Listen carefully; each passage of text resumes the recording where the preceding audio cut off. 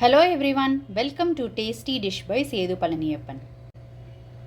இன்னைக்கு கந்த சஷ்டி ஸ்பெஷல் ரெசிபியாக தேனும் தினைமாவும் வச்சு ஒரு சூப்பரான லட்டு ரெசிபி தான் பார்க்க போகிறோங்க.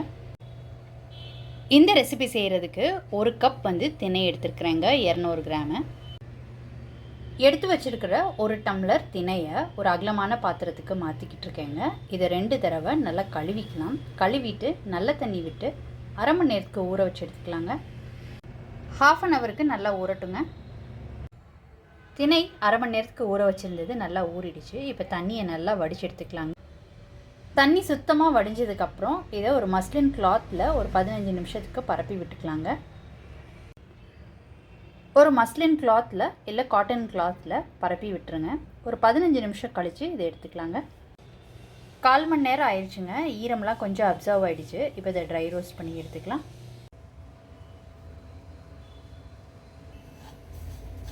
அடுப்பை மிதமான தீயில் வச்சுட்டு ட்ரை ரோஸ்ட் பண்ணிக்கலாங்க.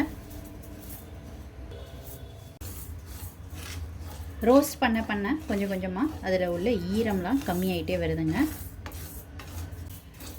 தினையில் உள்ள ஈரம் எல்லாம் போயிடுச்சுங்க.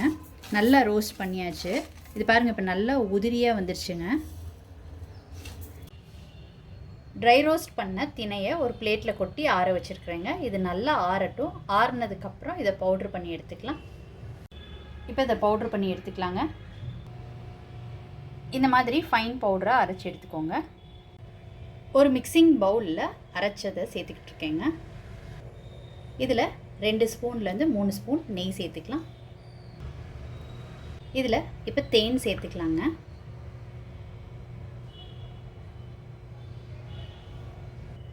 ஏலக்காய் தூள் சேர்த்துக்கிறேங்க. இப்போ இது எல்லாத்தையும் ஒன்று சேர்த்து மிக்ஸ் பண்ணிக்கலாங்க. உங்களோட ஸ்வீட்டுக்கு ஏற்ப தேன் கலந்துக்கோங்க.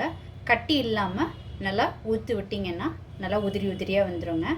தேனும் தினைமாவும் முருகன் சுவாமிக்கு ஒரு நெய்வேத்தியமாக நீங்கள் வைக்கலாங்க. சூப்பராக ரெடி ஆயிடுச்சு.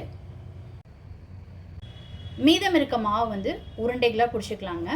உருண்டைகளாக பிடிச்சோன்னா சின்ன பசங்களுக்கு கொடுக்கும்போது அவங்க செதறாமல் சாப்பிடுவாங்க. ஸ்வீட்டுக்கு தேவையான அளவு தேன் சேர்த்துக்கிட்டோங்க. இப்போ இதை உருண்டைகளாக பிடிக்கணும்னா இன்னும் கொஞ்சம் நெய் சேர்த்தா தான் ஈஸியாக உருண்டைகளாக பிடிக்க முடியும். அதனால் இதுக்கு தேவையான அளவு நெய் சேர்த்துக்கிறேன்.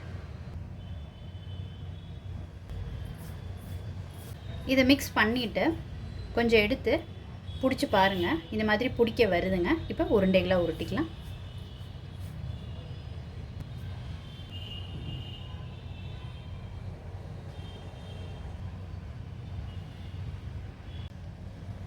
இந்த மாதிரி உங்களோட விருப்பத்துக்கு ஏற்ற மாதிரி சைஸில் உருட்டிக்கோங்க.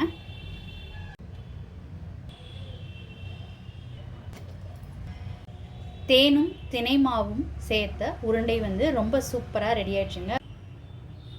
தேனும் தினைமாவும் வச்சு ஒரு சூப்பரான நெய்வேத்தியம் ரெசிபி ரெடி பண்ணியாச்சுங்க.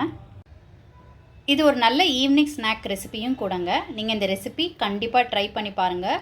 தினையில் நிறைய சத்துக்கள் இருக்கிறதுனால இந்த மாதிரி செஞ்சு வச்சுக்கிட்டோன்னா டெய்லியும் ஒரு உருண்டைகளை எடுத்து சாப்பிட்லாங்க. நீங்கள் ட்ரை பண்ணிவிட்டு உங்களோட கமெண்ட்ஸை சொல்லுங்கள். உங்களுக்கு இந்த ரெசிபி பிடிச்சிருந்துச்சுன்னா லைக் அண்ட் ஷேர் பண்ணுங்கள் உங்கள் ஃபேமிலி அண்ட் ஃப்ரெண்ட்ஸ்க்கு. Tasty dish by Sethu Palaniappan சேனலை சப்ஸ்கிரைப் பண்ணுங்கள்.